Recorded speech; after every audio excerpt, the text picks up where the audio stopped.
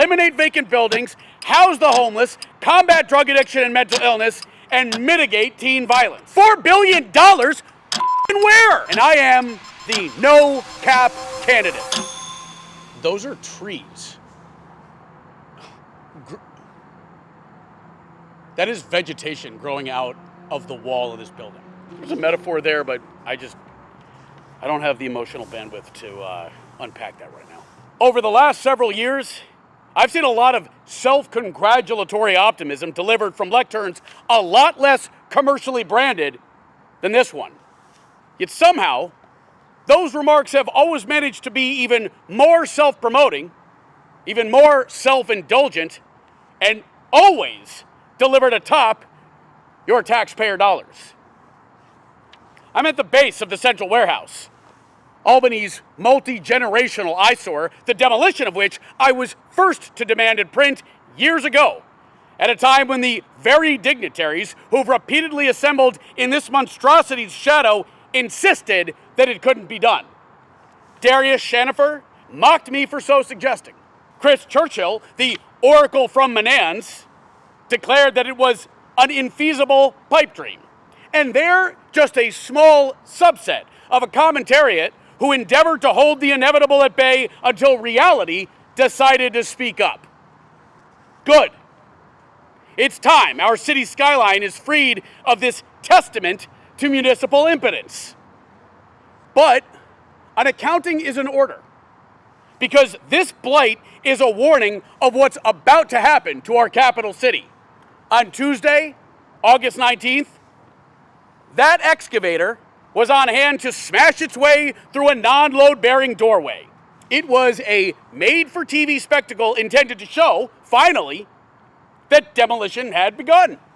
Except that demolition had already begun years earlier, as time, delusion, gravity, and willful neglect conspired to knock it down themselves. Concrete tumbled from the siding of a building that Jeff Buell once insisted could be restored and repurposed, characteristically delaying what needed to be done. Having already forgiven the property's back tax obligation, the city of Albany ended up on the hook paying for the protective netting that now encases this structure.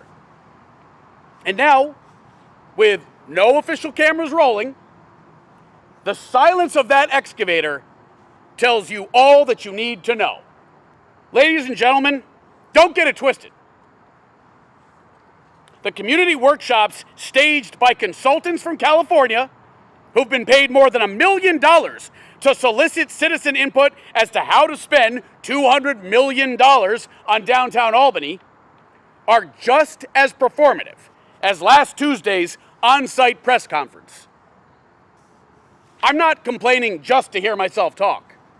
I mean, that's the primary reason, sure, but no less important of a reason is that I can't bear to watch this charade repeat itself over and over and over.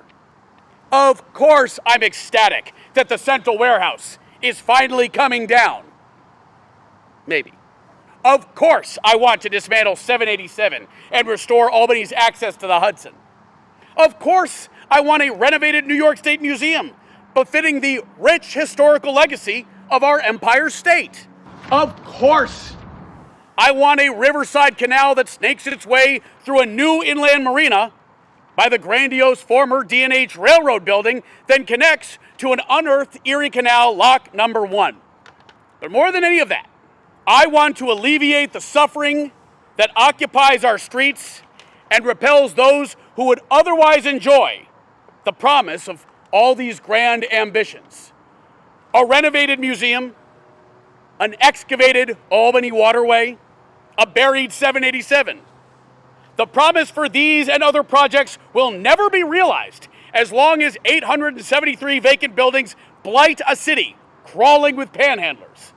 The once denoted Albany firewolves aren't tucking tail and dipping to Canada for lack of a waterway. El Loco isn't shutting its doors after half a century because the museum is dusty. Whiteman, Osterman, and Hanna, our region's largest law firm, isn't jumping on the Exodus bandwagon because 787 blocks the sun half the day. No. These and other businesses are fleeing the city because it is dying. That's why Governor Hochul commendably acceded to Mayor Sheehan's equally commendable demand for funding. But like a doctor treating pneumonia by amputating the patient's leg, the two Cathys at their respective helms of our city and state governments are treating the wrong problems. Nothing more tangibly exemplifies this sorry state of affairs than the stalled Air Albany luxury apartment complex at 1211 Western Avenue, which as yet remains exempt from any property tax obligation, despite the fact that the project cannot be finished, will not be finished, and remains yet another blighted stain on our cityscape. The voices clamoring for new development and these spectacularly glitzy projects are the same ones which routinely find occasion to indict the Empire State Plaza for its impact on Albany's culture, economy, and vibe. I'm not opposed to First Columbia's construction of a 9-story building that would serve as the capital region's first Class A office space. Yet I am opposed to financing that construction with taxpayer money, with money that could be used to retrofit the ample office real estate that already sits vacant in the city, that could be used to rehabilitate 873 vacant residential buildings and provide a pathway to home ownership to low-income tenants and those who need housing. And to preempt the voices that would dare call me communist for my call to clear the streets of the unhoused, let's get this straight. I'm not grandstanding atop some moral soapbox and insisting on our purity of heart. Listen again to my screech. Ending poverty is good for business. I didn't say it was good for the downtrodden. I didn't say it was good for the soul. I said it was good for business.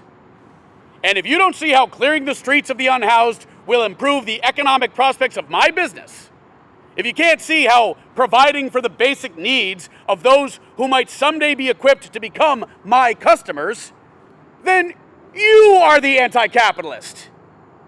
If your hand stretches forth to grab government cash to finance your mega construction, then you are the crony capitalist. I am the true capitalist here. I invite that hate from all the commies and con artists who've done dick to better a city that built a sprawling 98-acre plaza in the time it'll take to drop this crumbling edifice that has freaking vegetation growing out of the walls. On August 6th, at the first of what will be many public workshops on how to utilize the remaining $200 million earmarked for downtown investment, Governor Hochul issued a deeply bizarre representation, which she then repeated 2 weeks later, right here at the Central Warehouse. Quote the governor, "In 4 years, my administration has invested $4 billion in Albany. Transformational projects, ways we can reconnect communities and neighborhoods, revive shuttered storefronts, and also just see the great potential of this beautiful waterfront." $4 billion? Fucking where? And if this is what a $4 billion investment looks like, how is $200 million, just 5% of that $4 billion total, gonna make a dent? The workshops are photo ops. The press conferences are photo ops. And every time I see an array of elected officials sporting hard hats while holding a dirt-laden shovel or gold-plated sledgehammer, I say, well, there's a project that's not getting fucking done. And yet, there is no end to the unquestioning and favorable media treatment. Will 2 buttons deep, the state's de facto ministry of propaganda, extend to me the mea culpa I'm warranted after it disingenuously championed the rehabilitation of this eyesore, going so far as to bet me that I'd be serving shots of my whiskey to every City of Albany resident? on a rooftop? Of course not. 'Twas the safest bet I ever made, and you can be sure that the 2BD crew was on site at the governor's latest announcement, parroting her new party line and partying with the polls like it's 1984. Will Todd Shapiro risk his access and yet another star-studded selfie to speak truth to power as to where that money should actually be spent? No. He's opted to join the chorus of commentators deliberately misrepresenting a recent LinkedIn survey, which proclaimed Albany 4th on a list of 25 cities on the rise. But that isn't what the survey said. It wasn't the city of Albany that LinkedIn heralded, but rather the Albany metro area. And yeah, with that qualifier, LinkedIn is exactly right. There is lots of progress in Troy and Schenectady, in Saratoga Springs and broader Albany County. I served on active duty for half of America's 20-year war on terror. And every single veteran who served, every single soldier who lost his or her life, will tell you that truth is a more effective strategy than declaring mission accomplished and just hoping the universe obeys. You cannot treat the patient until you diagnose the problem. You cannot prosecute the arsonist until you've doused the fire. And in none of those workshops has that pricey consultant explained how any of their glitzy proposals will eliminate vacant buildings, house the homeless, combat drug addiction and mental illness, and mitigate teen violence. There will be no soccer stadium. I invite you to DM me your gratitude. As such, sadly, sports franchises and performance artists will just have to make do with the MVP Arena, the Capitol Center, the Convention Center, the Egg, the Plaza Concourse, the Palace Theater, the Washington Park Playhouse, the Clinton Avenue Collective, Jennings Landing, Tricentennial Park, Empire Live, Lark Hall, Fusebox, or any of the 24 stadiums and stages available within a 15-mile radius of that embarrassment. Albany has what it needs to realize its potential. What it doesn't have are people willing to brave the decay to enjoy all these resources. And for good reason. Rehabilitation, education, civic services, innovation, preservation, empathy. Those are the 6 pillars of Albany's rejuvenation. That is the recipe for its revival. Rehabilitation of our abandoned and vacant buildings via an integrated, multi-agency public works program. Establishing educational and economic opportunities for our youth. Fully staffing our municipal law enforcement apparatus and first responder agencies. Providing tangible economic aid to our city's small business community. Investing in and leveraging the city's historic legacy, architecture, and attractions. And meaningfully responding to the homelessness plaguing the less fortunate, which in turn plagues our commercial corridors. What are your questions? I'll close with this. In a facepalm-inducing display of obliviousness, or maybe she really was trying to troll us, the governor chose to depict her efforts downtown as championing Albany's potential. It's a program whose acronym, unbelievably, is CAP. And as any member of Generation Z could have texted you, CAP means lie. It means fake, dishonest.